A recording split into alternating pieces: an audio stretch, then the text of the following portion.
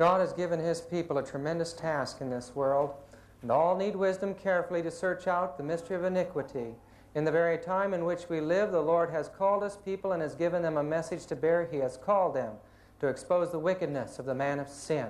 Testimonies to Ministers 1:18. And in Great Controversy 6:06 we read, the sins of Babylon will be laid open, the fearful results of enforcing the observances of the church by civil authority, the inroads of spiritualism, the stealthy but rapid progress of papal power, all will be unmasked, and by these thousands who have never heard words like these before will be stirred.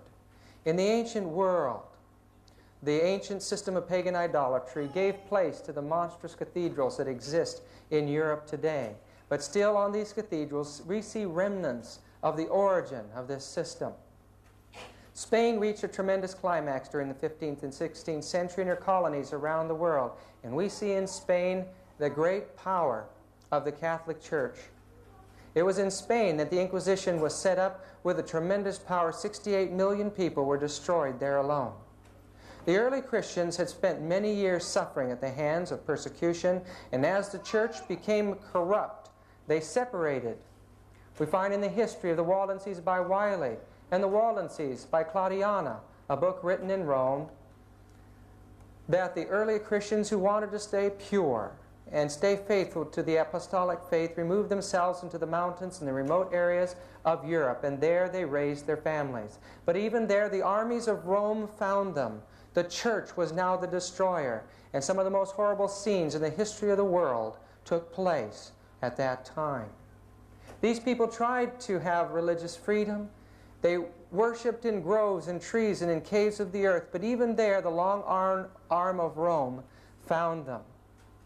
Their valleys were fairly silent just before the time of Martin Luther. But when they heard of the great Reformation that was taking place in Germany and in Switzerland, they sent representatives and they joined the Reformation, and a tremendous movement took place against the power of Rome. And so Satan moved. In Great Controversy 2:34 we read, at this time the order of the Jesuits was created, the most cruel, unscrupulous, and powerful of all the champions of popery. Cut off from earthly ties and human interests, dead to the claims of natural affections, reason and conscious holy silence, they knew no rule, no tie, but that of their order, and no duty but to extend its power. There was no crime too great for them to commit, no deception too base for them to practice, no disguise too difficult for them to assume.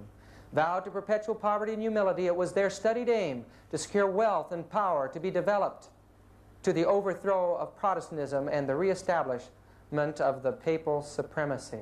When appearing as members of their order, they wore a garb of sanctity, but under the blameless exterior, the most criminal and deadly purposes were often concealed. It was a fundamental principle of the order that the end justifies the means. By this code, lying, theft, perjury, assassination were not only pardonable, but commendable when they served the interests of the church. In The Power of the Jesuits by Philip Miller and this book, The Jesuit, Their Spiritual Doctrine and Practice, we get a history of the Jesuit order. We find that Inigo, the father of the order, was born in the Valley of Loyola in northern Spain. Here he was born to a wealthy family.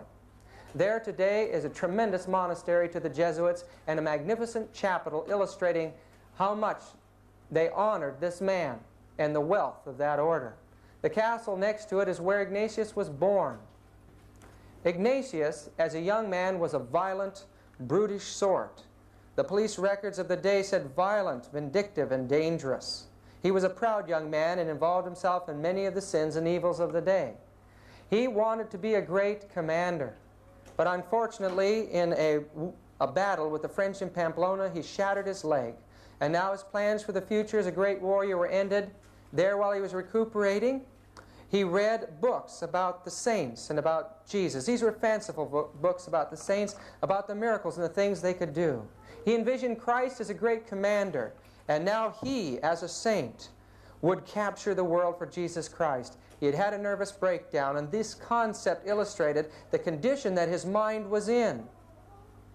Now, as a cripple, he made his way all the way across Spain to the mountains of Montserrat. There was an ancient sanctuary there, and in that sanctuary was housed a very sacred image to the Catholic Church. This image was called the Black Virgin of Montserrat. In this church, Ignatius spent 3 days making confession and spent an entire night standing before this virgin statue as a knight in a vigil. He committed himself to the baby Jesus and to Mary. And from there he determined to go to Jerusalem.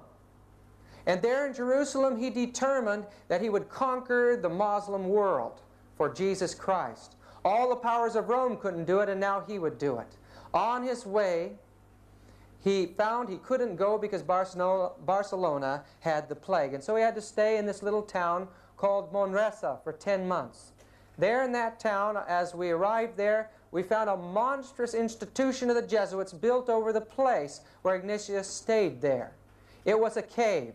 10 months in the cave, he tortured his body and his mind until, in exhaustion, he began to have dreams and visions. He claimed that the secret doctrine of the Catholic Church was taught to him in this place. In his eye, he saw lights flashing. And he believed that Mary came in the form of a light in Jesus. And he believed that he saw Satan in a spiral of light eyes before him. He believed that he had chased Satan around like a dog with a stick and many other fanciful concepts, but he claimed that these teachings he received there were the foundation of his entire movement. And it's here he began the spiritual exercises of Ignatius. These were experiences that a master Jesuit would bring novices through, would bring other people through, to give them the same kind of mind that Ignatius developed through his experience. They were brought through these experiences just like music on a sheet. For 30 days, they were told what to think, how to feel, when to groan and when to sigh, what to imagine, and they were to cut off all normal human emotion throughout those experiences. Ignatius finally made his way to Jerusalem, but there the Franciscan monks told him to go home. We don't want any political trouble here in the Muslim Empire. We've had enough of that. So making his way back to the port of Barcelona, Ignatius sat with little children learning the rudiments of Latin in order to study. From there he made his way to the little college in the town of Alcalá, north of Madrid. Here at the Colegio Mayor, he began his studies in theology. While he was there, he gathered a little group of men and women around him and began to bring them through his mental exercises. They would faint and fall aside. They would scream and pass out. Friends, this is demonic activity that this man was involved in, even in his early history. Ignatius was known for the rest of his life for his mystic powers. In Occult Theocracy by Lady Queensborough and Secret Societies of All Ages by Hecathorn, we learned that at the time there was an organization called the Alumbrado, or the Illuminati, in Spain.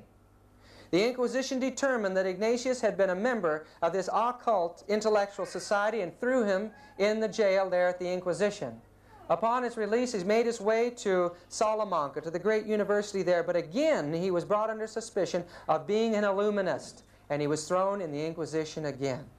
Now, upon being released, he made his way to the great University of Paris in France, and there he gathered intelligent young men around him, brought them under the control of the power of his mind, and these became the basis of his society. Not too far from the university, they dedicated themselves to the new order of the Jesuits there in Montmartre. Today there's a tremendous chapel on Montmartre, one of the most magnificent chapels that we saw while we were in Europe.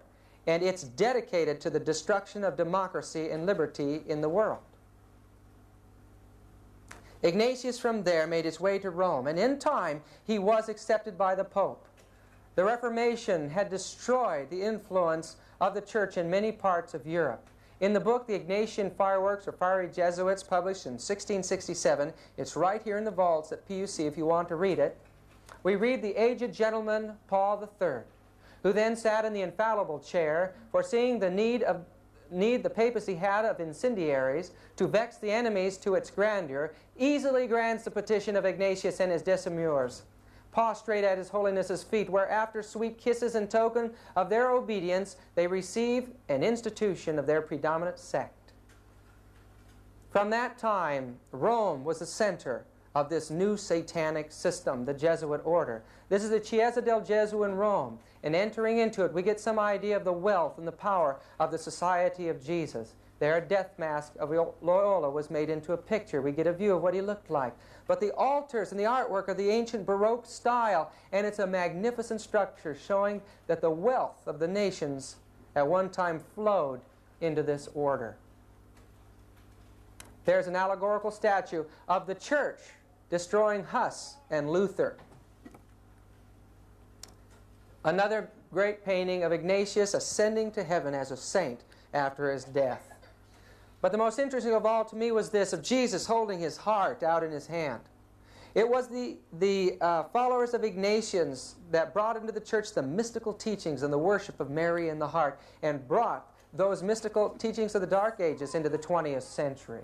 When Xavier was once requested by one of the patients to scrape out an abscess, this is Xavier, one of Ignatius's followers, he felt rather squeamish about it. He put his hand, which was covered with a purulent matter, to his mouth in order to put his self-control to the extreme test. It's amazing that even at that early time, these men had minds that controlled their emotions. Rodriguez would not at first make use of this resting place, but afterwards, in order to punish himself for his weakness, he laid himself down naked in a bed in which immediately before a man had died of pediculosis, and which still swarmed with vermin. These men, with their mind over the control of their emotions, were sent out into the world. At first, they proved themselves in the hospitals, and that's where these quotations came from in Hewlett Miller's book, History of the Jesuits. But they also made their way out into the world of the pagans to win them to the new pagan Christianity. One of the first was St. Francis Xavier. The Pope claimed that this man had been given the gift of tongues, and as he went out, he certainly learned scores and scores of languages in India and Asia and Japan, and became a master of that whole province in the Jesuit system. The Jesuits were given tremendous power. At first, there was only 60 of them allowed, but in time, they were given full control of the church.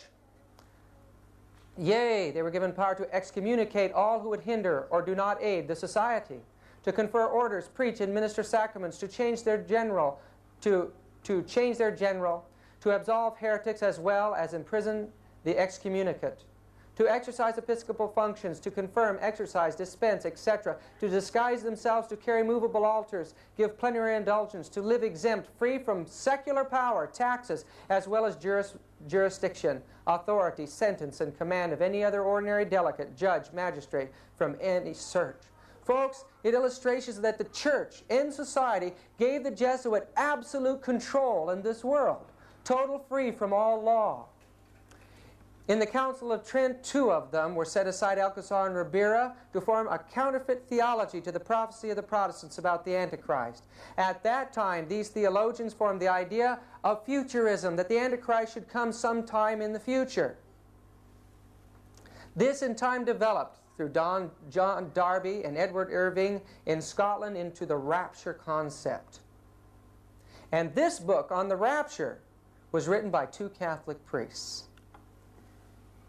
Peter Canisius and Peter Faber were the first missionaries sent in to form an educational system in Germany to counter the Reformation. The Jesuits became the educators and the controllers of the mind of children and the generations that were coming up. They became the great moral theologians and fought the Protestant concept of predestination. They taught free will, but merged with their free will was the idea that an individual through his own works could become perfect and gain merit on his own. Father Matteo Ricci illustrates the tremendous power of the Jesuit to infiltrate other religions and cultures. He became in every way a Chinese, and in time infiltrated the court of the emperor in China. These Jesuits could read and learn the language and the religion better than the people, become the teachers of the people, and then insinuate Roman Catholicism, eventually opening up these magnificent courts to the Catholic missionaries. They entered into the primitive and poor areas of the world, and thousands of pagans were gathered into the Catholic Church through these men. But they had a secret way of doing it. In the book Fire Jesuits we read, they allowed their proselyte Christians to commit idolatry by a subtle evasion, that of enjoining themselves enjoining them to hide under their cloaks an image of Jesus Christ, to which they teach them by mental reservation to direct those public adorations which they rendered to the idol. The Jesuits infiltrated the other orders. They took over the head and the control of the Inquisition from the Dominicans. They turned it into a tremendous engine, a terrible power that wiped out thousands and millions of people. In Gurry's Doctrines of the Jesuits, we read it was Loyola himself who procured the erection of the Inquisition in Portugal. It was at the hands of the Jesuits that millions of people suffered the most horrible deaths. Terrible suffering that goes beyond our imagination today. These people did not realize that as they were persecuting these people, as they were torturing their flesh and causing every nerve in the body to scream in pain, they were causing the sufferings of Jesus Christ himself in his people. In Fox's Book of Martyrs and other books, it tells about the tremendous campaigns that raged against those who had fled into the mountains to have religious freedom. In time, all of the Albigensian race in southern France were completely genocide, exterminated from the earth. Not one was left. And the Waldenses in northern Italy were exterminated to the place where there was only a few thousand left, and they had made their way over the Alps to Geneva. The record of history has been rewritten, folks, by the Roman Catholic religion. The Jesuits became the controllers of history, and thus the record of millions of faithful souls is not available to us. The Spirit of Prophecy tells us that that record is written in heaven. The church, every time she wanted to evangelize or infiltrate another area of the world, set up schools or colleges there in Rome. This became the origin of the Pontifical Gregorian University. Its purpose is for the subversion of the world. They set up houses of the Jesuits and magnificent schools which gave some indication of the tremendous wealth of this order. Europe was being covered by the Jesuits. In the Ignatian fireworks we read, or we notice on the back page, it shows the Pope heating the fire that burned London in the 17th century. And it shows Jesuits under the control of the Pope starting fires in every country of the world. These Jesuits believed diabolical and witchcraft doctrines. At the heart of that order was occult teaching. From a Jesuit creed by John Battista Posa, he says, "I believe in two gods, one is Son, Father, and Mother metaphorically according to a temporal generation. The other metaphorically Mother and Father according to a temporal generation. And what is consequent hereto, that the common term Mother, Father may be equally attributed to God and the Blessed Virgin as if they were both hermaphrodites, sexually male and female." This is raw pagan teaching in the raw sense of the word. In the book, again, the fiery Jesuits, they affirm that the diligence of an expert conjurer in diabolical arts may well be thought worthy of a reward, and that a fortune teller is not obliged to restitution if he hath consulted the devil, nor to confession, though he hath expressly invoked the devil, and that it is lawful to consult a conjurer. It was the Jesuits who became the masters of astrology in the Dark Ages. They led out in the schools of teaching astrology in the Vatican. Folks, this chart was made by a famous Jesuit Kircher, and it's astrological healing. In The Soul Hustlers by Rennie Norbergen, an illustration that their teachings on astrology and their occult beliefs in the heart of that system has never changed. Rennie Norbergen in this book quotes Jean Dixon as saying, "As a child I was taught Chaldean astrology by a wise and wonderful man, a Jesuit priest." I don't see how anything can be, I don't see how anyone can say that astrology is wrong. After all, he was a man of God. Jean Dixon in the world is one of the most popular clairvoyant astrologers today, and we understand now that she was taught that by the Jesuits. In Gurry's Doctrine of the Jesuits, this also is available in the library here at PUC, we learn the secret of how the Jesuits became the masters of the confessional. They could excuse sin by subtle evasion, and because of it, the wealthy powers of the earth beat a path to the Jesuit confessional. They learned the secrets of state. They sent this to the head of their order, and through it, they were able to manipulate the emperors and the rulers of the world. Henry IV had them in his kingdom. And we find that, that the Lewises surrounded themselves with Jesuits and used them as confessors and to run their government. But this Lewis the 15th, was a homosexual. No wonder he needed a Jesuit confessor. As we were going through Versailles, we were told that in this room, this was the bed of Louis, and as the heads of state came in each morning to talk over state matters, he would grab one of them, pull them in bed, and pull the curtain around them, and after sodomy was over, they would continue the state talks. And his confessor was a Jesuit. The Jesuits got used to the wealth of the world. They lived in luxurious palaces like this, being confessors to the priests and kings, and they became the wealthiest group in the world. Through their influence in France, one of the most horrible massacres that took place in history took place. Publicly, the church appeared to be uniting with the Protestants just as they are today, friends. And secretly, they planned the slaughter in 1572, where 25,000 Huguenots alone were slaughtered in Paris and over 65,000 throughout France. Because of this, the governments recognized the danger of the Jesuit order, and they began to be expulsed from various countries of this world. They were kicked out of Paris. They were kicked out of Portugal, where they had gained tremendous power.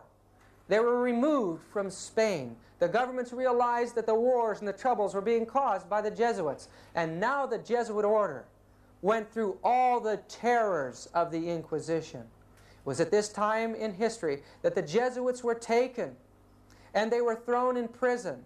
They were thrown on ships and forced to stay on these ships without toilet facilities until disease destroyed their bodies and racked their souls. The Jesuit order's power, the secret of its power, is in its structure. One man stands as all-powerful at the head of it. The provincial is a man that is all-powerful within his area, submitting to the general, and then the superiors are in control of the Jesuit individuals. But at any time they can go around their superiors to the one above him, keeping a check and balance situation. The local, yokel, individual Jesuit is part of an elaborate system of espionage, and they report on each other too, keeping a balance. They report to their superiors, who in turn report weekly to the provincial. Tremendous bodies of knowledge go into the provincial from all over their provinces. The provincials give a summary report monthly to the general, but superiors can go around their provincial, and thus a check and balance is kept all the way to the top. Even the general himself is subject to a council of 6 elected by the general congregation. 4 are elected from 4 different countries. One as an advisor and a military commander, and the other is the general's confessor. One or the other of the latter two must be with him at all times. Occult Theocracy by Lady Queensborough, page 309 and 310. This man has held more power in this world than any other human being alive. Gurrie's Doctrine of the Jesuits, we read, the general has usually stood towards the Pope, much as a powerful grand feudatory lord of the Middle Ages did towards a weak titular Lord Paramount, or perhaps as a captain of a splendid host of free champions, as he did towards a potentate with whom he chose to take temporary and precarious service. And the shrewd Roman populace have long shown their recognition of this fact by styling these two great personages the White Pope and the Black Pope. In truth, the society has never from the very first obeyed the Pope whenever its will and his happened to run counter to each other. In the book The Fiery Jesuits, we read about the power again. Jesuit power arrived to such an height that when the Italian de Aquaviva came to be Father General, he gave his hand to be kissed as the Pope his toe. In their constitution, the Father General is called Dei Legatus, or Christi Vicarius, one of which, having the title, regarded not the Pope's message, though sent to him by 2 cardinals, enjoining everyone in the society to acknowledge Christ present in their general. The Jesuits tell us our Father General, as all know, governs Rome itself and the Popedom. We make war at our pleasure between one prince and another, between a prince and his subjects, usurp dominion over cities and countries, fearing no discovery of our actions, since our commerce is chiefly with great men. We know every public secret, and can in a singular way dispatch heretics and enemies of the Roman court. The view of Ignatius is so great that in the book Fiery Jesuits we read that in the University of Krakow in 1627, Ignatius is portrayed as holding the world in his hands and fire streaming forth from his heart with his motto, "I came to send fire into the world." And look at this blasphemy from a sermon by F. Doza, J.S., quoted in the Fiery Jesuits. "In these last days, God hath spoken to us by His Son, Ignatius, whom He hath appointed heir of all things, by whom also He made the worlds." What do these people believe about Ignatius anyway? The grand rule of the order is that an inferior readily to declare his assent and consent to a superior in active obedience when he says the snow is black or the crow is white. To yield perfect, absolute, and unlimited obedience to him they call Christ's vicar. By the abdication of their own will and judgment, they are the staff in the old man's hands. We should always be ready to accept this principle. I will believe that the white that I see is black if the hierarchical church defines it. The Spiritual Exercises of Ignatius here, page 141. This is the order of induction in the Jesuit system. First those studying to enter the order, the novices. Then the scholastics, the great teachers, the temporal ruling over the houses and the schools, and the coadjutors finally, the agents that carry out the responsibility of aiding in the world projects. Then, and only then, this mass of Jesuits can be initiated into the actual order of the Jesuits, the profess of the three vows and the profess of the four vows. Finally, after a lifetime of total commitment to this monstrous system, they could be initiated, very few have ever made it, into the mysteries of the Jesuit order. What are those mysteries? I think we're going to find out tonight, folks. The ceremony of induction of the Jesuit is in the Library of Congress, and the card is 6643354. It's an unbelievable admission to the world of what goes on in the initiation of a Jesuit into the profess. The Jesuit oath, "My son, you have been taught to act the dissembler among the Roman Catholics, to be a Roman Catholic, and to be a spy even among your own brethren, to believe no man, to trust no man, among the Reformers to be a Reformer, among the Huguenots to be a Huguenot, among the Calvinists to be a Calvinist, among the Protestants generally, be a Protestant, and obtaining their confidence to seek to speak from their pulpits, and to denounce with all vehemence in your nature our holy religion and the Pope, and even to descend so low as to become a Jew among the Jews, that you might be enabled to gather together all information for the benefit of your order as a faithful soldier of the Pope. You have been taught to insidiously plant the seeds of jealousy and hatred between states that were at peace, and incite them to deeds of blood, involving them in war with each other, and to create revolutions and civil wars in communities, provinces, and countries that were independent and prosperous, cultivating the arts and the sciences, enjoying the blessing of peace. To take sides with the combatants and to act secretly in concert with your brother Jesuit, who might be engaged on the other side, but openly opposed to that with which you might be connected, only that the church might be the gainer in the end, and the condition fixed in the treaties for peace, and that the end justifies the means.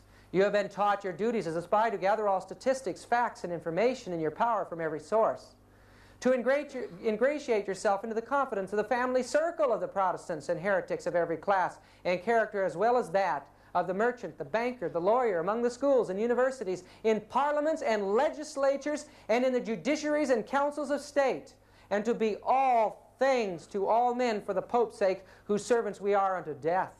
You have received all your instructions heretofore as a novice, a neophyte, and have served as a coadjutor, confessor, and priest, but you have not yet been invested with all that is necessary to command in the army of Loyola in the service of the Pope. You must serve the proper time as the instrument and executioner, as directed by your superiors. For none can command here who has not consecrated his labor with the blood of the heretic. For without the shedding of blood no man can be saved. Therefore, to fit yourself for your work and make your own salvation sure, you will, in addition to your former oath of obedience to your order and allegiance to the Pope, repeat after me.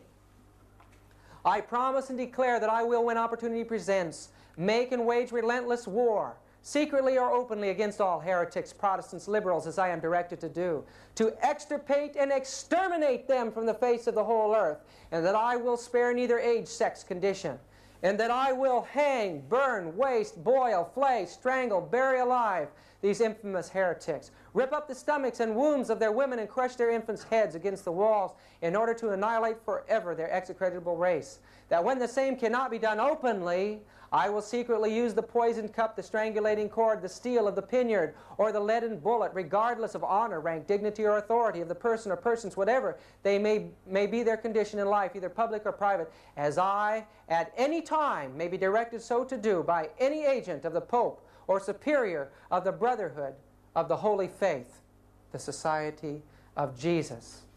Could they carry out these kinds of monstrous oaths? They can, because of the secret of the exercises. In Boehmer's book on the Jesuits we read, we imbue into him spiritual forces which he would find very difficult to eliminate later. These forces can come up again to the surface, sometimes after years of not even mentioning them, and become so imperative that the will finds itself unable to oppose any obstacle and has to follow the irresistible impulse. Folks, you know what this is? It's possession. An army of possessed men dedicated to the destruction of all governments and religion in this world.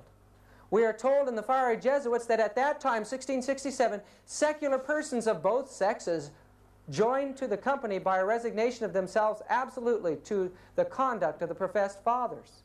These usually are gentlemen and merchants who enmix themselves in the court and city business and in offices, bargains and sales, or active gentlewomen and rich widows who, like a plantation of Indies, bring into the society a vault of revenue of gold and silver.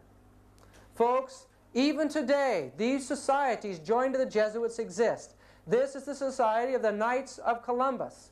There is a women's side to that as well. And in this publication in 1950s in Life magazine, we see that the society is alive and powerful today. Now this is the oath that the Knights of Columbus take. Again, this is from the Congressional Record. It's on file from February 15, 1913.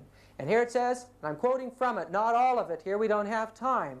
I will place Catholic girls in Protestant families, that a weekly report may be made of the inner movements of the heretics, that I will provide myself with arms and ammunition, that I may be in readiness when the word is passed, or am commanded to defend the church either as an individual or with a militia of the Pope. This is in 1950s, folks, or 1913. In testimony hereof, I take this holy and blessed sacrament of the Eucharist and witness the same further with my name written, with the point of this dagger dipped in my own blood and sealed in the face of this holy sacrament. I do further promise and declare that I will, when opportunity presents, make and wage relentless war secretly and openly against all heretics, Protestants, and Masons, as I am directed to do, to extirpate them from the face of the earth, and that I will spare neither age, sex, or condition, and that I will hang, burn, waste, boil, flay, strangle, bury alive these infamous heretics. Open up the stomachs and wombs of their women and crush the infants' heads against the walls in order to annihilate their execrable race. Same as the Jesuit, folks. That when the same cannot be done openly, I will secretly use the poisonous cup, the strangulation cord, the steel of the poniard, or the leaden bullet, regardless of honor, rank, dignity, or authority of the person, whatever may be their condition in life, either public or private. Should I prove false or weaken in my determination, may my brethren and fellow militia of the Pope cut off my hands and feet, cut my throat from ear to ear. May my belly be opened and sulfur burned therein with all the punishments that can be inflicted upon me on earth, and my soul shall be tormented by demons in eternal hell forever. That I will, in voting, always vote for a Knight of Columbus in preference to a Protestant, especially a Mason. In the book Catholic Power Today, we read that at this time, now in the 1970s and 80s, the Catholic Church now has adopted simultaneously with carrying on the old traditional religious organization, a strategy of gradualness directed at the smooth identification of her most advanced weapons of penetration. Hence the creation of a peculiarly suited religious, semi-religious, and even lay bodies whose aim is to infiltrate the various strata of society. The last few decades have seen the multiplication of such movements of penetration labeled secular institutes. Their members generally are people who, although laymen, have the same fervor and determination to fight for the church as have the traditional religious orders. Thus, while taking the vows of poverty, chastity, and obedience, they do not wear special clothes, have ordinary jobs, and mainly live at home. They avoid the spotlight and keep their membership a secret, not only from their own offices or factories, their co-workers and friends, but even from their own families. This termite-like secret army is a vast international. The growth of these semi-lay and lay orders, whose members are unrecognizable even to Catholics themselves in these last few decades, has been phenomenal, particularly in Protestant England and the United States. Catholic Power Today, Arrow, Manhattan, page 33. That's a book to get and study, folks. In 1773, the Jesuit order, due to the pressure of the governments of Europe, was put out of existence by the Pope. That Pope was poisoned because of that act. But the Jesuit order now no longer existed at that time. And so the Jesuits had to secularize themselves. Except in Russia, they continued unabated and controlled the government there. But Ingolstadt University had been a Jesuit center and institution for many, many years. Here in this institution, a young man, Adam Weishaupt, was a Jesuit-trained doctor of canon law. Now, he wanted to see the Jesuit order come back to power. And in time, he published a plan to take that organization and give them the world. This plan is laid out in a book called Proofs of Conspiracy by John Robeson in 1798, as well as many other books. Weishaupt had long been scheming the establishment of an association or order which in time should govern the world. In his first fervor and high expectations, he hinted to several ex-Jesuits the probability of their recovering, under a new name, the influence which they formerly possessed, and of being again of great service to society by directing the education of youth of distinction, now emancipated from all civil and religious prejudices. The order, he claimed, Weishaupt claims in this book, the head of the order is Jesus of Nazareth, the grand master of our order. He appeared at a time when the world was in utmost disorder and among a people who for ages had groaned under the yoke of bondage.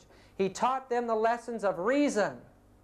To be more effective, he took in the aid of religion, of opinions which were current, and in a very clever manner, he combined his secret doctrines with the popular religion, and with the customs which lay to his hand, he concealed the precious meaning and consequences of his doctrine, but fully disclosed them to a chosen few. He's teaching that Christ was the master of the secret societies, that Jesus was the author of the system of communism and universal utopia. He claims this system would place men in a state of liberty and moral equality, that his new system would free them from the obstacles of subordination, rank, riches, continually thrown in their way, that all governments and religions would be destroyed. Our secret association works in a way that nothing can withstand, and man shall soon be free. Proofs of Conspiracy, page 64. It was Weishaupt who designed this pyramid structure as a symbol of how he would accomplish his goal. In the book Pawns and the Games by the Canadian commander William Guy Carr, we see that the symbol that Adam Weishaupt designed was an altarpiece there in Ingolstadt University. In the book, we read the significance of the design is as follows.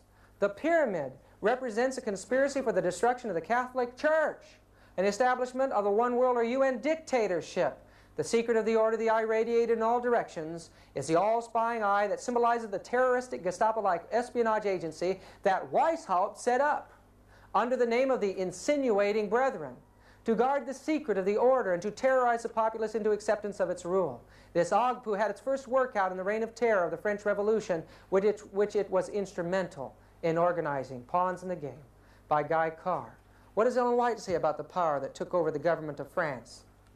She says in Great Controversy, page 273, the beast that ascended out of the bottomless pit shall make war against them and shall overcome them and kill them. She says the atheistical power that ruled in France during the French Revolution and the Reign of Terror did wage such a war against God and His holy word as the world had never witnessed. They were the Jacobins, and Weishaupt was called the father of Jacobinism. So this new satanic power that rose up in the heart of the Jesuit order now became a power warring against the Word of God to destroy all religions. In the book Pawns in the Game we read, it should be noted, that this insignia acquired Masonic significance only after the merger of that order with the Order of the Illuminati, Weishaupt's organization, in the Congress of Wilhelmsbad in 1782. So Masonry has been infiltrated by the Illuminati. The picture of the eye in the pyramid can be found on books fomenting the ideas of Weishaupt, which caused the French Revolution. And what a horrible revolution it was. Ellen White says it prefigures an event to take place in this entire world. Human beings were slaughtered mercilessly at that time as God's Spirit was withdrawn. The first power to suffer was the church and the heads of state. This was Louis XVI trying to flee the country, and Marie Antoinette destroyed. When Jim and I went into East Berlin, we visited a museum there on communism. And there we found that one of their main displays in the history of communism was a display on the French Revolution as part of the origin of the communist movement in this world. In fact, the term communism comes from the French word commune, where this thing originated. In time, a man by the name of Lemny, and then this man, Mazzini, became a leader in the World Revolution, but not fully inducted into the secret orders. And it says, research dug up letters from Mazzini which revealed how the high priests of the Luciferian Creed keep their identity and true purpose secret. In a letter Mazzini wrote to his revolutionary associate, Dr. Bridenstine, only a few years before he died, he said, "We form an association of brothers in all parts of the globe. We wish to break every yoke. Yet there is one unseen that can be hardly felt. Yet it weighs on us. Whence comes it? Where is it? No one knows, or at least no one tells. This association is secret, even to us, the veterans of the secret society. Even to those involved in leading out in world revolutions, it was a secret society controlling them behind the scenes." This man took over after Mazzini. He was a commander in the Southern armies. After the war, he settled down to study in Arkansas. And from there, this man with a tremendous mind became one of the world's most renowned authorities on pagan idolatry. He became the leader of the Illuminati in time. This that I'm about to read is a letter to the Palladian Council, written July 14, 1889, from Albert Pike. He, like Weishaupt, was the head of the Luciferian conspiracy in his day, Pawns in the Game by Guy Carr. And here is the letter. That which we say to the crowd is we worship God, but it is a God that one worships without superstition. The religion should be, by all us initiates of the high degree, maintained in the purity of the Luciferian doctrine. Yes, Lucifer is God. And unfortunately, Adonai, the name they give the Christians, is God also, for the absolute can exist only as two gods. So they're saying that Jesus, or God, is both good and evil. And the good part of it, they're saying, is Lucifer, and the evil is Jesus Christ. Thus, the doctrine of Satanism is a heresy. They don't believe in Satan. They believe that Jesus is evil, not Satan. And the true and pure philosophical religion is the belief in Lucifer, the equal of Christ, or Adonai, but Lucifer, God of light and God of good, is struggling for humanity against Adonai, the God of darkness and evil, Albert Pike. Isn't that amazing what these people believe? They're worshipers of Lucifer. And friends, this is their plan. We shall unleash the nihilists and the atheists, or the Nazis, he says here. Those who are working in favor of the Christian world, the atheists who are working against it. And we shall provoke a formidable social cataclysm, which in all its horror will show clear to the nations the effect of absolute atheism, the origin of savagery, and the most bloody turmoil.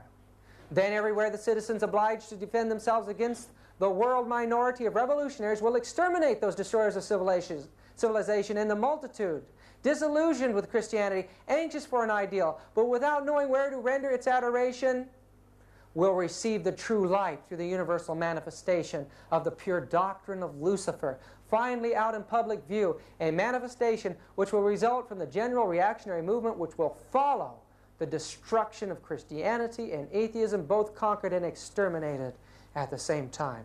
They want another war, folks. It was Albert Pike who laid out the plan for 3 world wars.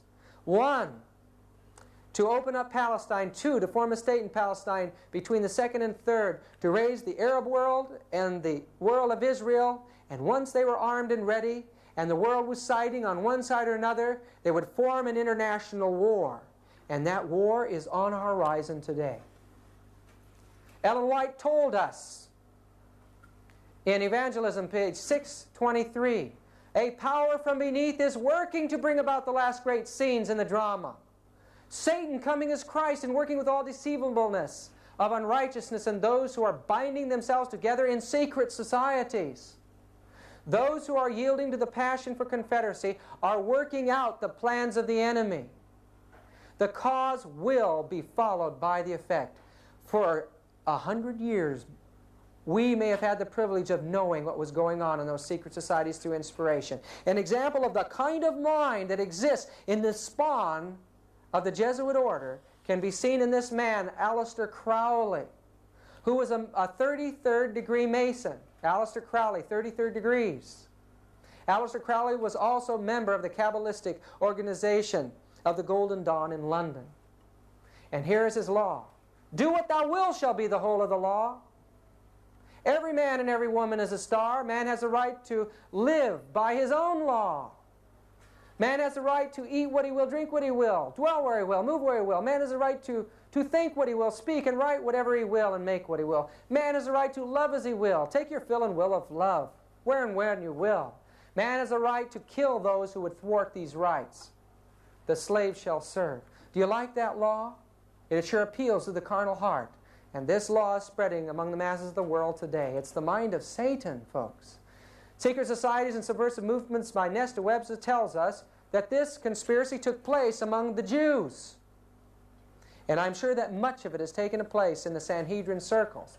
But the fiery Jesuits describes clearly that the control of the money in this world is in the hands of the Roman Catholic Church today, and especially in the hands of the Jesuits.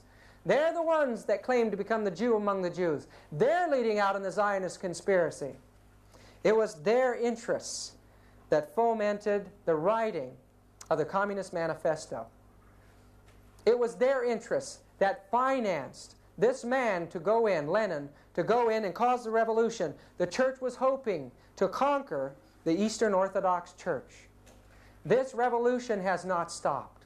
The communists may have left her in that revolution and took it for themselves. But the war continues today. January 4, 1862, Ellen White tells us, I was shown before Lincoln's administration the former administration planned and managed for the South to rob the North of implements of war. They were contemplating a determined rebellion or revolution. The North did not understand the bitter, dreadful hatred of the South towards them and were unprepared for the deep-laid plots. Volume 1 of the Testimonies, 253. What was behind these deep-laid plots? In the book 50 Years in the Church of Rome by Father Chiniquy, he tells us that he had hired Lincoln to be his lawyer to protect him against a suit from the church. Lincoln was faithful, and the man was gotten off. And this is a signature on the letter of the IOU found in the book of Lincoln. Listen to the words here. Dear Mr. Lincoln, I answered, allow me to tell you that the joy I should naturally feel for such a victory is destroyed in my mind by the fear of what it may cost you. There were then in the crowd not less than 10 or 12 Jesuits from Chicago and St. Louis who came to hear my sentence of condemnation to the penitentiary, but it was on their heads that you have brought the thunders of heaven and earth. Nothing can be compared to the expression of their rage against you when you not only wrenched me from their cruel hands, but you were making the walls of the courthouse tremble under the awful, superhumanly eloquent denunciation of their infamy. Diabolical malice and total want of Christian human principle in the plot they had formed for my destruction. What troubles my soul just now and draws tears to my eyes is that it seems to me that I have read your sentence of death in their fiendish eyes. How many other noble victims have already fallen at their feet? Lincoln said, he looked at his watch after a talk with Father Chiniquy in his office in the White House. I am sorry that the 20 minutes I had consecrated to our interview has almost passed away. I will be forever grateful for the warning words you have addressed to me about the dangers ahead to my life from Rome. I know that they are not imaginary dangers. If I were fighting against a Protestant South as a nation, there would be no danger of assassination. The nations who read the Bible fight bravely on the battlefields, but they do not assassinate their enemies. The Pope and the Jesuits, with their infernal Inquisition, are the only organized powers in the world which have recourse to the dagger of the assassin to murder those whom they cannot convince with their arguments or conquer with their sword. Unfortunately, I feel more and more every day that it is not against Americans of the South alone I am fighting. It is more against the Pope of Rome, his perfidious Jesuits and their blind and bloodthirsty slaves, than against the real American Protestants. Here again, we read from the words of Abraham Lincoln. Those antisocial laws today are written on her banners with blood of 10 millions of martyrs. It is under those bloody banners that 6,000 Roman Catholic priests, Jesuits, and bishops in the United States are marching to the conquest of this republic, backed by their 7 millions of blind and obedient slaves. Those laws, which are still the ruling laws of Rome, were the main cause of the last rebellion of the southern states. Yes, without Romanism, the last awful civil war would have been impossible. Jeff Davis would never have dared to attack the North had he not had assurance from the Pope that the Jesuits, the bishops, the priests, and the whole people of the Church of Rome, under the name mask of democracy, would help him. These diabolical anti-social laws of Rome caused the Roman Catholic rear guard to be the man chosen to fire the first gun at Fort Sumter. Is it not an absolute absurdity, says Lincoln, to give to a man a thing which he has sworn to hate, curse, and destroy? And does not the Church of Rome hate, curse, and destroy liberty of conscience when she can do it safely? I am for liberty of conscience in the noblest, broadest, highest sense, but I cannot give liberty of conscience to the Pope and to his followers, the papists, so long as they tell me through their councils, theologian, and canon laws that their conscience orders them to burn my wife, strangle my children, and cut my throat when they find their opportunity. This does not seem to be understood by the people today. But sooner or later, the light of common sense will make it clear to everyone that no liberty of conscience can be granted to men who are sworn to obey the Pope, who pretends to have the right to put to death those who differ from him in religion. He says the common people see and hear the big noisy wheels of the Southern Confederacy cars. They call them Jeff Davis, Lee, Toombs, Beauregard, Simmons. And they honestly think that they are the motive power, the first cause of our troubles. But this is a mistake, says Lincoln. The true motive power is secreted behind the thick walls of the Vatican, the colleges, schools of the Jesuits, the convents, nuns, and the confessional boxes of Rome. There is a fact which is too much ignored by the American people, and with which I am acquainted only since I became a president. It is that the leading families of the South have received their educated in great part, if not in whole, from the Jesuits and the nuns. Now, after the assassination of Lincoln, this brother Chiniquy is talking in the book. After I mixed my tears with those of the grand country of my adoption, I fell on my knees and asked my God to grant me to show to the world what I knew to be the truth, that horrible crime was the work of popery. And after 20 years of constant and most difficult researches, I came fearlessly today before the American people to say and prove that the President Abraham Lincoln was assassinated by the priests and Jesuits of Rome. In the book of the testimonies given in the prosecution of the assassin of Lincoln, published by Ben Pittman, and in the 2 volumes of the trial of John Surratt in 1867, we have the legal and irrefutable proof that the plot of the assassins of Lincoln was matured, if not started, in the house of Mary Surratt. But who were living in the house at that time? The legal answer is the most devout Catholics in the city.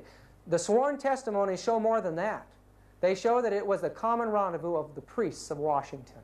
These people were Roman Catholics. It was a Jesuit conspiracy that destroyed Abraham Lincoln. The church planned the destruction of the world and the regaining of its power through world wars. And this is brought out in this book, The Secret History of the Jesuits. She tried with Bismarck to get him to fight for her, to Kaiser Wilhelm to get him to fight for her. And in time, she brought about the reaction of the Serbians against her effort to force them to Catholicism, an assassination attempt on one behind the Catholic plot. And that led to the first great war, the First World War.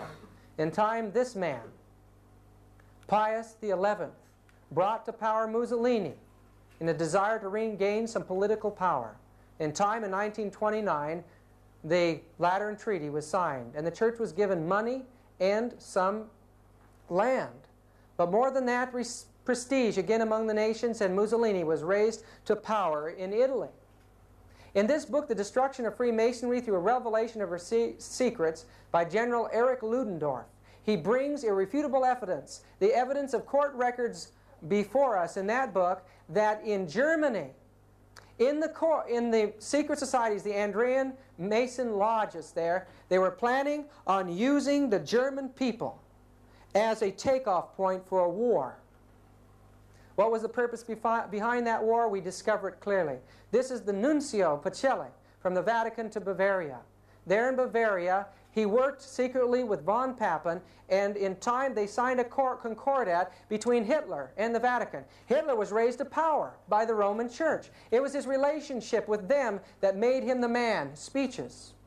His Mein Kampf were written by Jesuits, and he became a god in that age. And also, as the secret mechanisms of Roman Catholic subversion were taking place in the international world, we find that the I.G. Farben drug complex and the Rockefeller dynasty merged and formed the wealthiest and most powerful cartel in the world, and it was through them that Hitler was financed and brought to power. Hitler's rise to power would have been impossible without the secret financial support of I.G. Farben. The Nazi state became the means by which the cartel agreements were enforced. This is from the book World Without Cancer, page 286 and 287.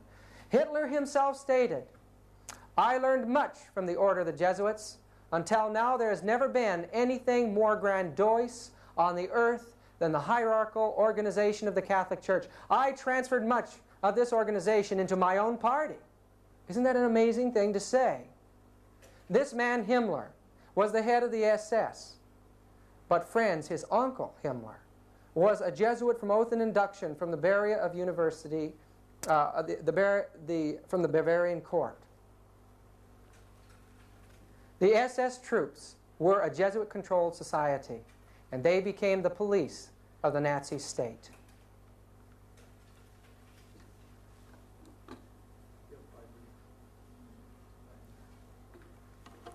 This book, Smokescreens, reveals a tremendous involvement of the Roman Catholic Church in the slaughter of millions of people. Here it quotes Hitler as saying, "As for the Jews, I am just carrying on with the same policy which the Catholic Church has adopted for 1,500 years.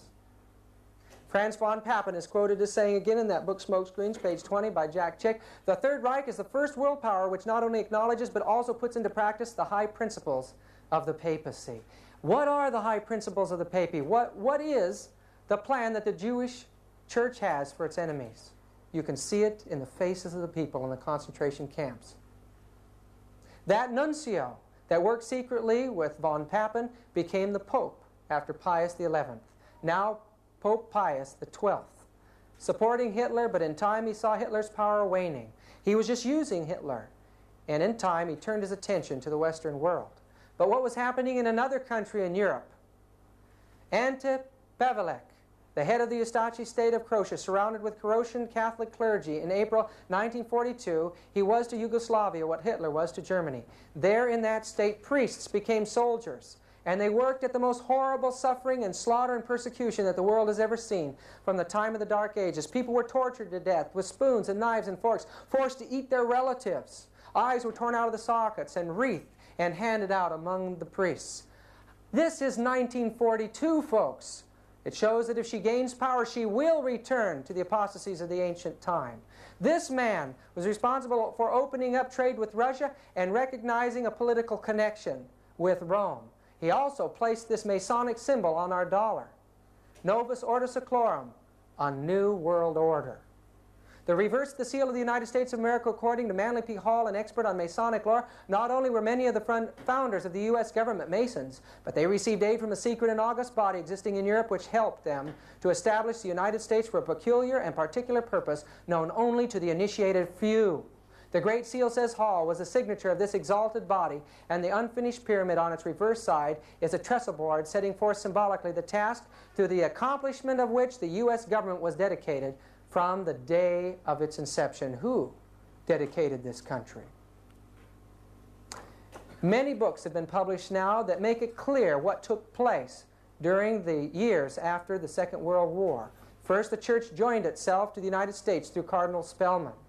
Then, Russia, realizing the responsibility that the church had in the Russian Revolution, realized that the entire balance of world power could be swayed by being involved in Vatican politics. So a Catholic Pope now, in 1958, comes to the throne in the Vatican. And what does he do? He establishes the Great Vatican Council for bringing the governments and the churches of the world into a great communist society. They invited priests and reverends and religious leaders from all over to join in their talks. What was happening here was an effort to unite the world and paralyze her enemy. In Catholic Power Today by Avril Manhattan, we read, "The Catholic Church's offer for reunion to all Christian churches not in communion with her is a magnificent ecclesiastical Trojan horse, a means to penetrate their citadels and accomplish their capture and final capitulation." Catholic Power Today, page 22. And this is how she plans to do it. She will support any military or economic force or movement that would maintain things while she is in power. If she can't accomplish it that way, she'll mobilize her religious and diplomatic power to counteract against her opponent in the event she fails to crush it another way. But finally, her last bid is forming an alliance with it, characterizing her joining it. In special circumstances, even leading it, as she's doing today in the great movement for peace and disarmament in the world and the ecumenical movement. This is one of her last assaults. She led out in the charismatic movement secretly, and in time, as it passed the borders of the Catholic Church, and Protestants saw that now the Catholic Church was speaking in tongues. These are Catholic priests. Catholics and Protestants together in great revival meetings will be speaking in tongues together. Some of these folks will be speaking in rosaries, while the others beside them are speaking in tongues. It seems to adapt itself to every religious climate today. Spiritualism has joined Christianity. It was this Pope, the next Pope to take office, Paul VI, that took over the world in a great movement of ecumenism. He finished up the work of the Vatican II. Here he is uniting himself with the Greek Orthodox Church. And we find that today, because of the great ecumenical movement that was begun and is sponsored by the Roman Catholic Church, the Protestants are paralyzed. They no longer speak out against Rome. This man here is Walter Martin, Dr. Walter Martin. Supposedly, he's a great man in the evangelical circles. He accuses the Seventh-day Adventist Church of being a cult because they claim Ellen White is a pope, or they take Ellen White, he says, as a pope.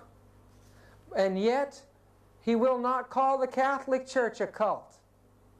He says she's a Christian church today. What is happening to the Protestant world? It was the Catholic Church that opened up her doors and invited the communist heads of state in. Here's President Tito from Yugoslavia in meeting with the Pope at the Vatican. Pope Paul VI became the communist Pope, the Pope of the proletariat, mingling among the workers in the various areas of the world. They even devised an entirely new image of Jesus for the populaces now in the Marxist Catholic system. Jesus was depicted as a white-collar worker, and posters were put in the factories of the third world countries.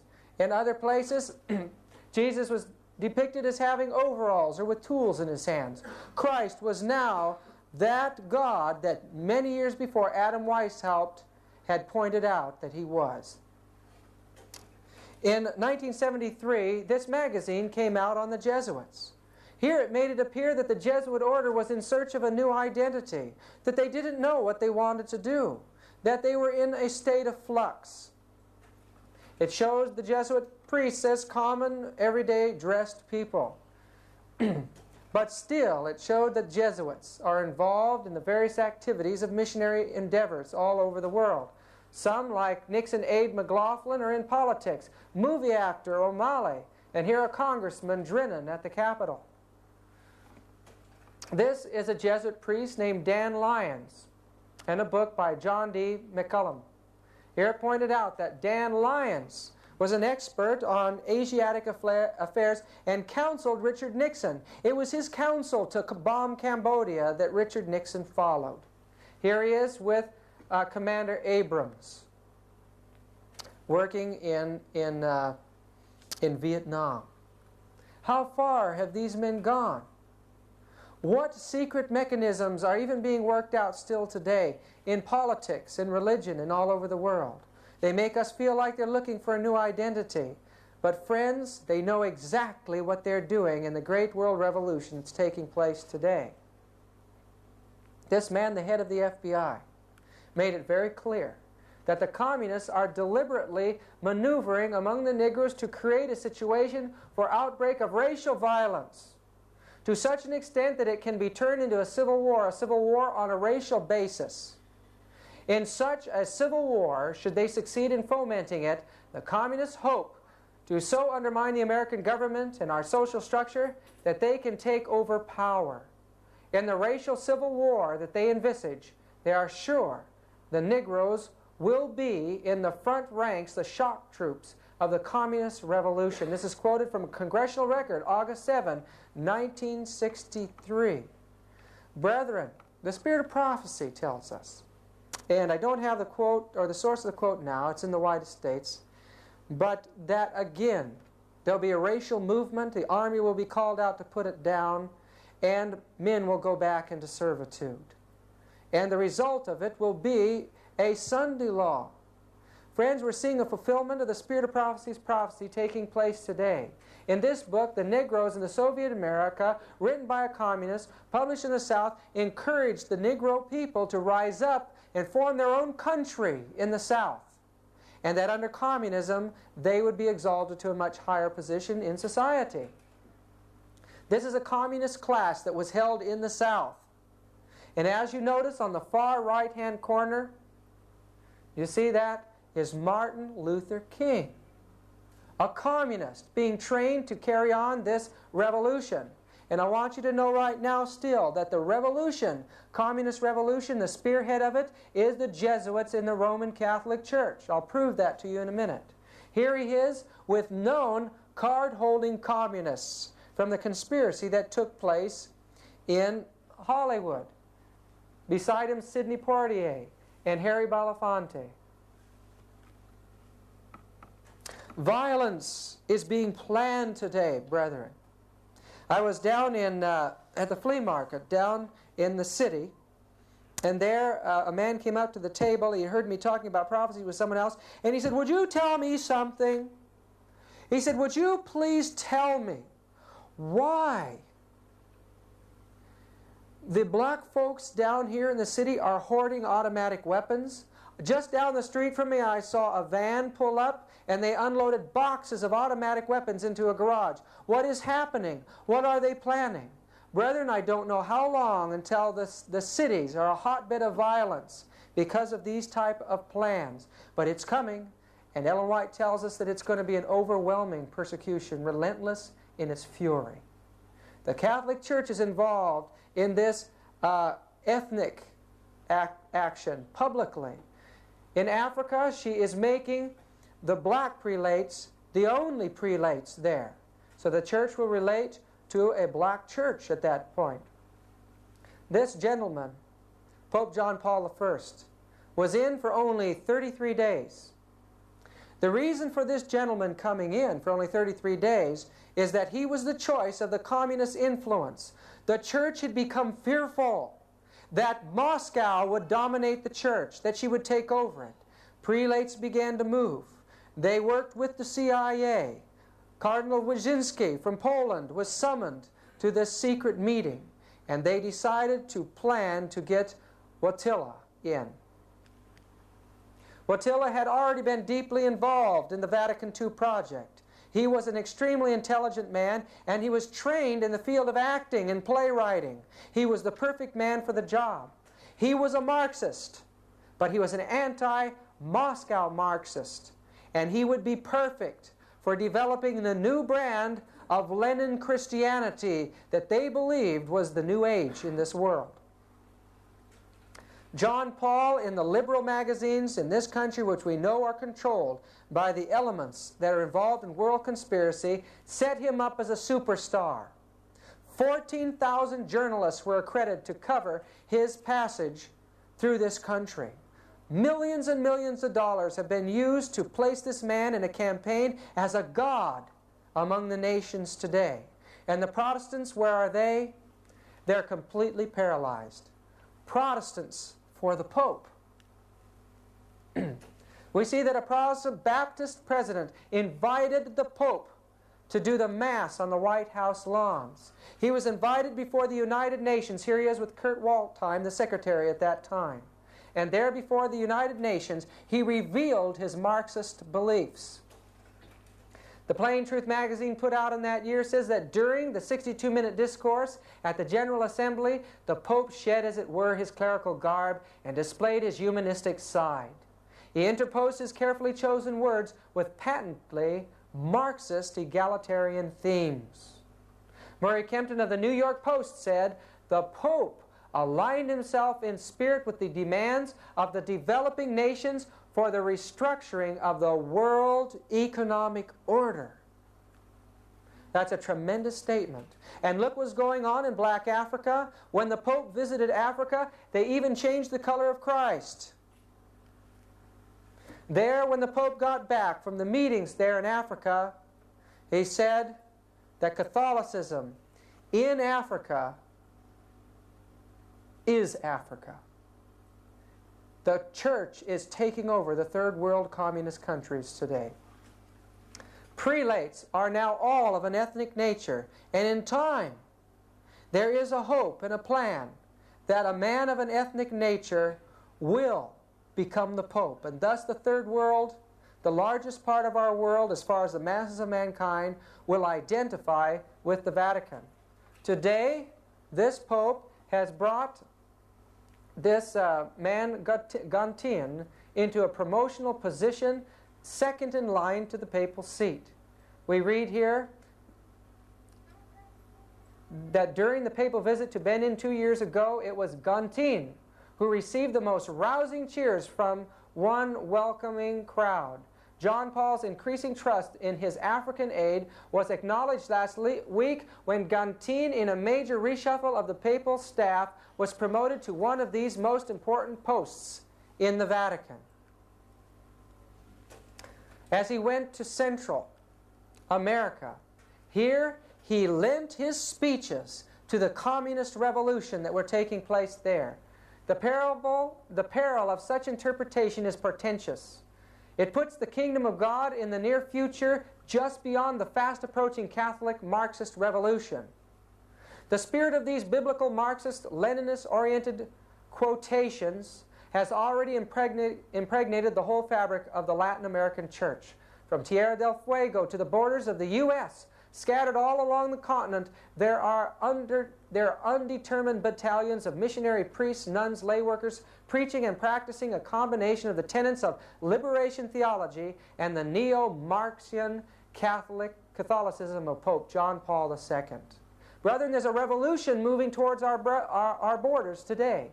Their commanders, as a rule, were and are the Jesuits, or Jesuit-inspired priests or lay workers, something which Pope John Paul II discovered to his astonishment when the U.S. intelligence apparatus denounced them as the main instigators of the guerrilla's opposition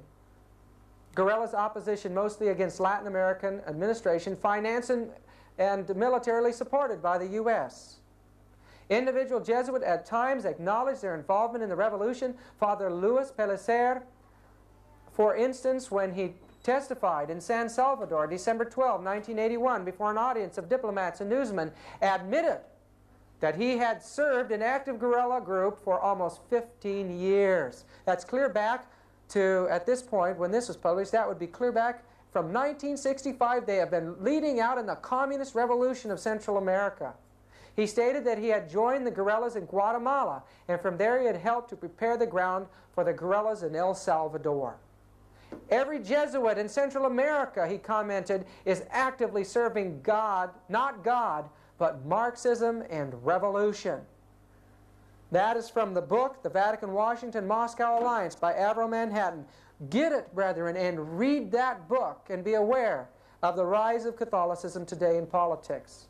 As we visited the ancient center of the Waldensian religion in Torre Pellice, we were disappointed. There for 3 days, the These former Christians, now still calling themselves Waldenses, and the Catholics, were carrying on a communist rally for 3 days called Il Unita, singing Marxist hymns, and you can see the sickle and the hammer there as their symbol. Christians have become communists in this world, and it's the biggest movement taking place. In the countries that Jim and I pass through in our traveling, we're constantly faced with this type of thing. Clear out on the island of Patmos, they were having a communist Christian rally there, the Greek Orthodox Church. Brethren, we are not aware of what's taking place. We have been blind for too long. This Pope has captured the hearts of the world. The world is now wandering after the beast. If there is any time, the healing of the wound is taking place now. And friends, the power, once it is gained again, will result in mass persecution. President Reagan recognizes the power of the Roman papacy, and that 25% of the American populace is Roman Catholic in votes. Avram Manhattan's book, Catholic Power Today, page 129, tells us the Catholic Church is the largest church in the United States of America. Ecclesiastically, she is the best organized. Financially, she is on a par with any of the giant trusts or corporations of America. Indeed, should the occasion arise, she could stand up to all of them collectively. Politically, she is looming ever larger at the White House. She is a power in the Senate, a force at the Pentagon, an invisible agent at the FBI, and the most subtly intangible prime mover of the wheel within the wheel of the United States of America, the Central Intelligence Agency. This again, Avram Manhattan's book, page 129. There is a reason why Ronald Reagan is behind something that the American people were shocked about.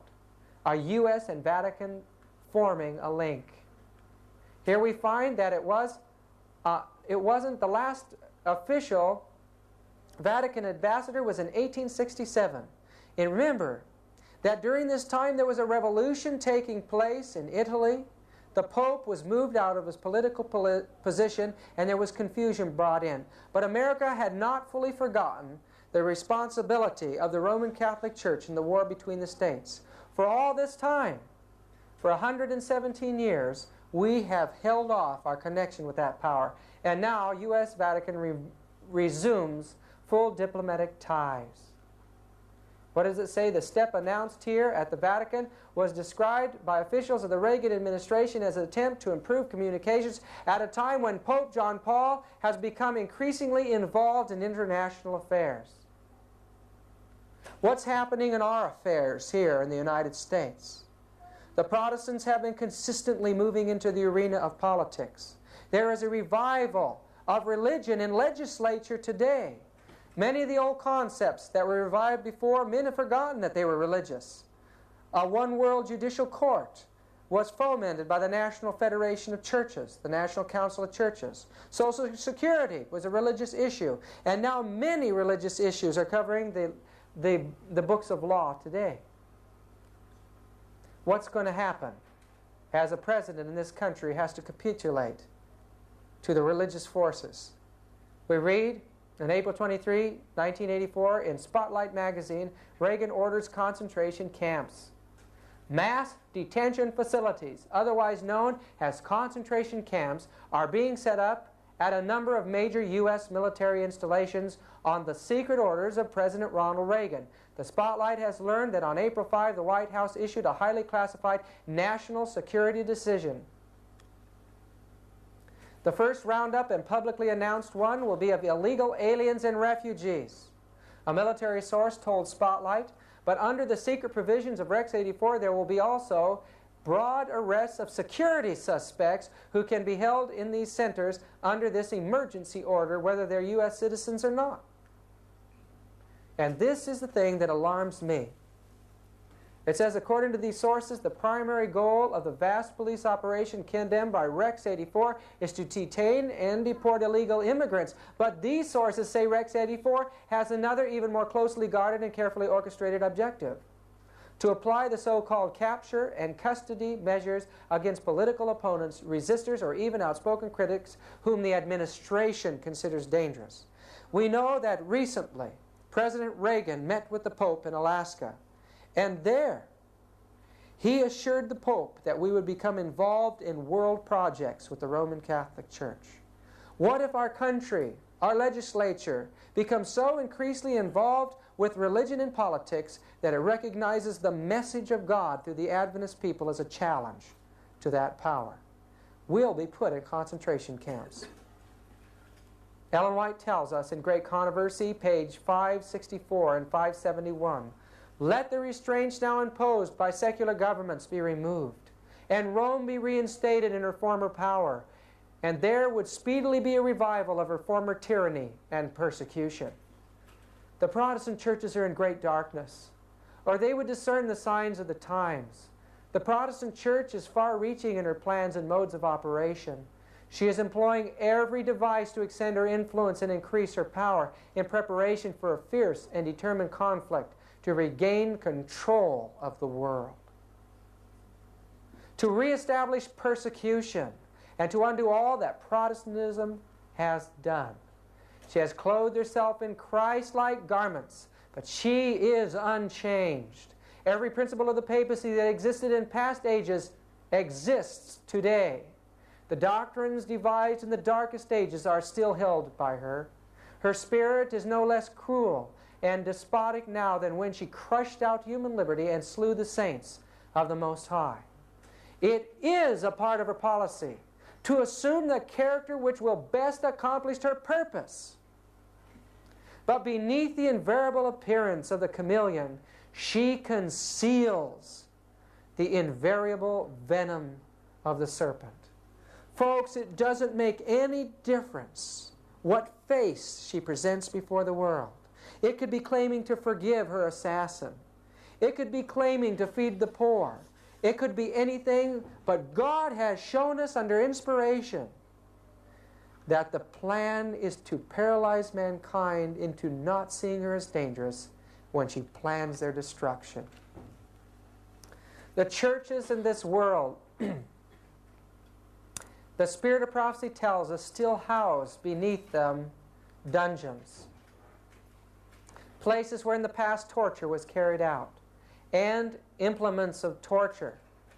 And we understand again by the spirit of prophecy that those tortures will be resumed again whenever she has her opportunity.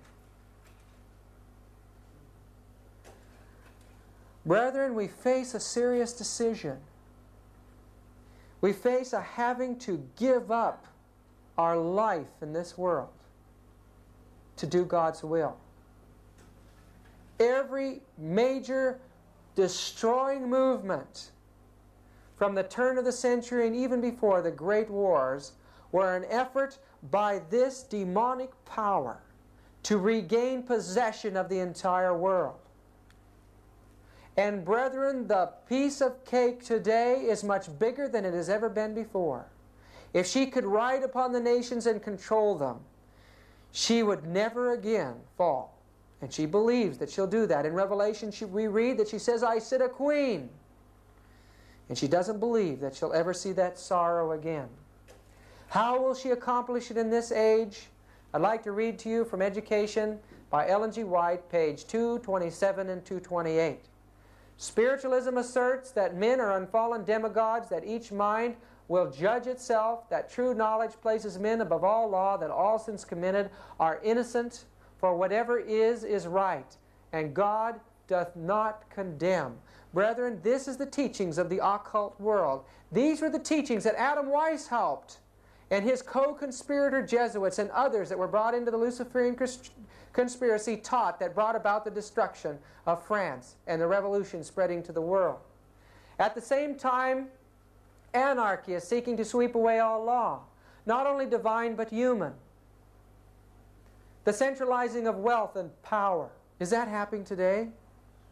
The vast combinations for the enriching of the few at the expense of the many. The combinations of the poorer classes for the defense of their interests and claims. Brother, everything from terrorism to the man walking down the street with a poster is that movement today. The spirit of unrest, of riot, and bloodshed. The worldwide disseminations of the same teachings that led to the French Revolution All are tending to involve the whole world in a struggle similar to that which confronts France. Brethren, there is a movement today. The base of it is spiritualism. People are crying human rights again, and the movements of Christianity are right involved in those cries. In Revelation 17, verse 8, we read about this movement. The beast that thou sawest was, and is not, and shall ascend out of the bottomless pit, and go into perdition. This is the same source of the beast of Revelation chapter 11, which the Spirit of Prophecy tells us was the atheistical, spiritualistic power that controlled the government of France. Today it's rising on the scenes. And 10 horns which thou sawest upon the beast, these shall what? Hate the whore, and shall make her desolate and naked, and shall eat her flesh, and burn her with fire. The very power that she wants to ride upon, the very power that she feels is going to set her up above the nations, is the very power secretly that is working for her complete destruction. And brethren, her destruction is not just the destruction of the Catholic Church, but she is the mother, and the harlots are the Protestant world. And all of Christianity is going to be involved in a tremendous war and a slaughter at the hands of the new spiritualistic movement that is taking place today. Ancient spiritualism had to work in secret and was a novelty to many people for many years. But recently it has become the fastest growing movement in the world. Since 1976 and 77, the teachings of witchcraft have become the predominant religion in the world today. In this book by Marilyn Ferguson, The Aquarian Conspiracy, we are taught that in this day and age, the greatest minds, the most powerful people in the world, and people on the grass level are organizing. They're working together, though maybe unseen, in legislative halls and in schools, in Christian churches. They are working together to bring about a great occult revival and a taking over of the world in this new age. And folks, they have control of the wealth. They have control of the scientific secrets. There is nothing that they cannot accomplish when their word says go, except that God is holding back the winds.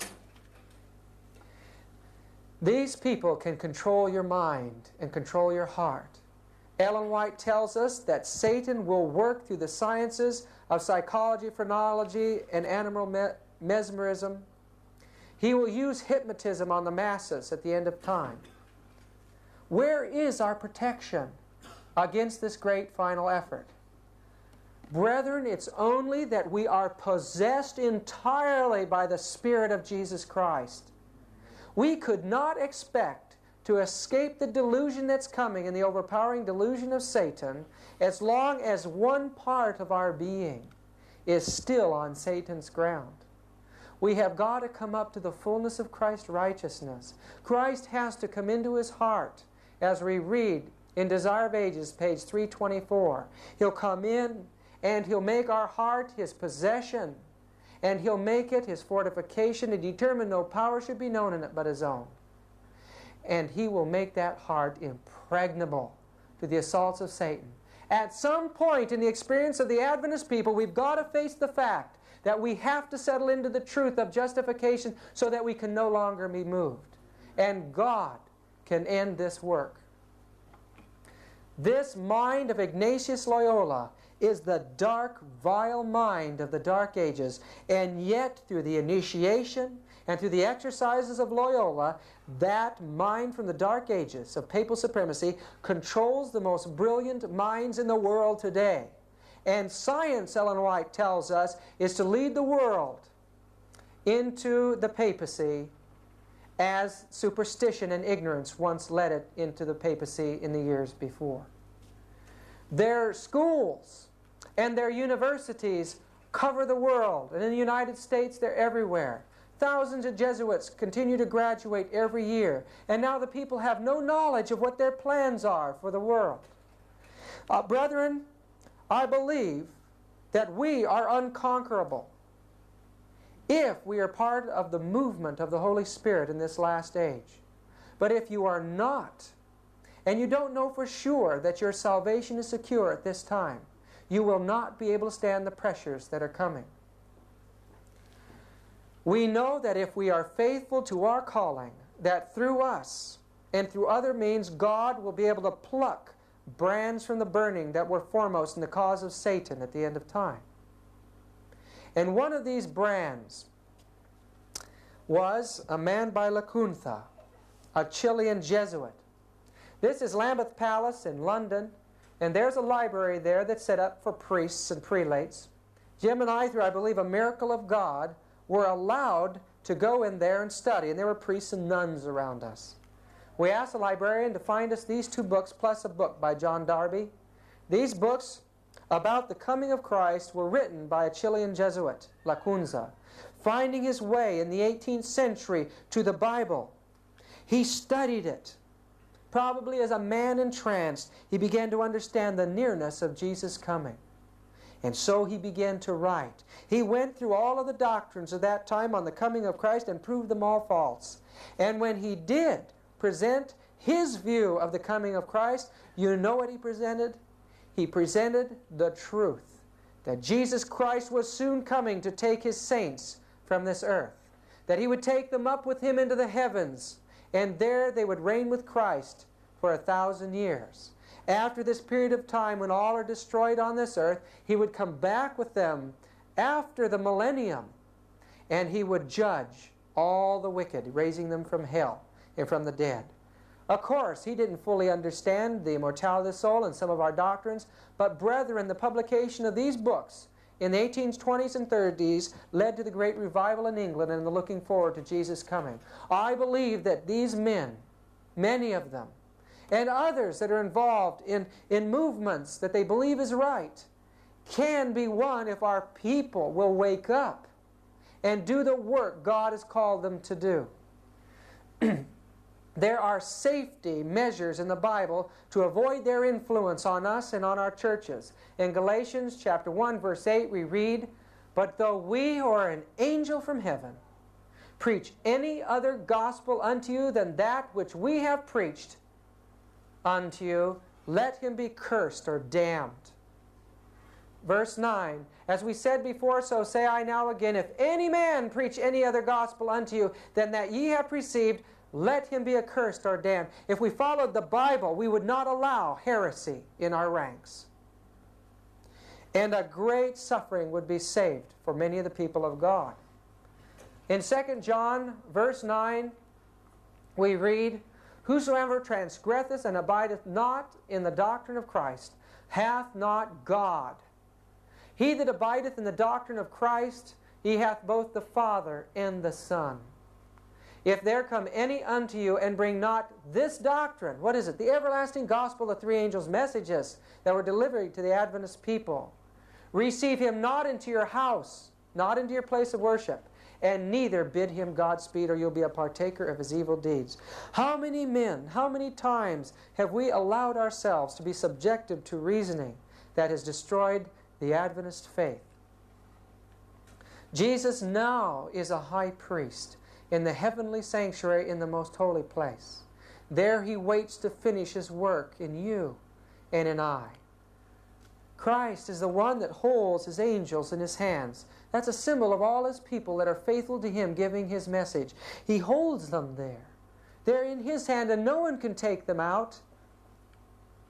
Christ the sacrifice is beside each one of us today through the ministration of our high priest. As he ministers his Holy Spirit to us, the death of Christ becomes our death. The world is sacrificed unto us, and we unto the world. And Christ's eternal life is given to us. We can stand in this world as conquerors over self and live without sin, brethren. The power is there for us. Christ is pictured in Revelation chapter 3 in the Laodicean message is knocking at the door of your heart. Brethren, Jesus longs for you to open up the faculties of your soul. Lay aside the thoughts and the concepts of this world and let Jesus take all of your thought. Behold him. And the Bible promises that you'll be transformed into the same image. Christ today is calling for His children. He's going to bring them into a powerful movement. And if we're faithful to that calling, there is no power in this world that can stand against us. Every obstacle will be broken in our path, and God's glorious message will go to the world. Brethren, the Lord is going to work in simple ways. He can take anybody and speak through him, just as He can talk to a stone, or as He talked to a donkey at the time of Balaam. Brethren, if He can talk through a donkey, He can talk through you. And you know the message that He has to give? He wants you to speak for Him and invite the people in this world home. He wants you to tell them to prepare to meet their God who's coming soon. Brethren, we haven't any idea of the glories of that heavenly home. We can't imagine it. But the Holy Spirit wants us to know that God has prepared things above our greatest imagination. And there is nothing in this world that should keep you from receiving that prize. Not all the power of the Jesuits or the Catholic Church or the great communist movement. None of these things should keep you from Him. Not the worldliness, not the money, not family, not structure, not church, not anything. Just Jesus. And He can bring you in. And He can seal you for eternity.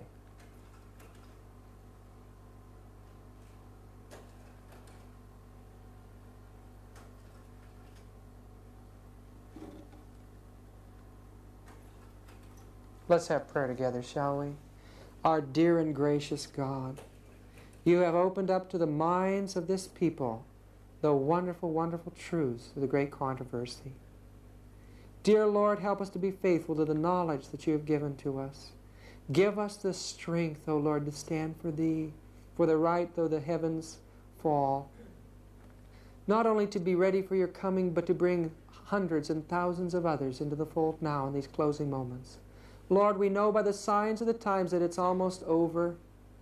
I pray for each soul that hears this tape, and I ask that Thy angels should convict, and the Holy Spirit should convict their hearts of the need to total conviction now.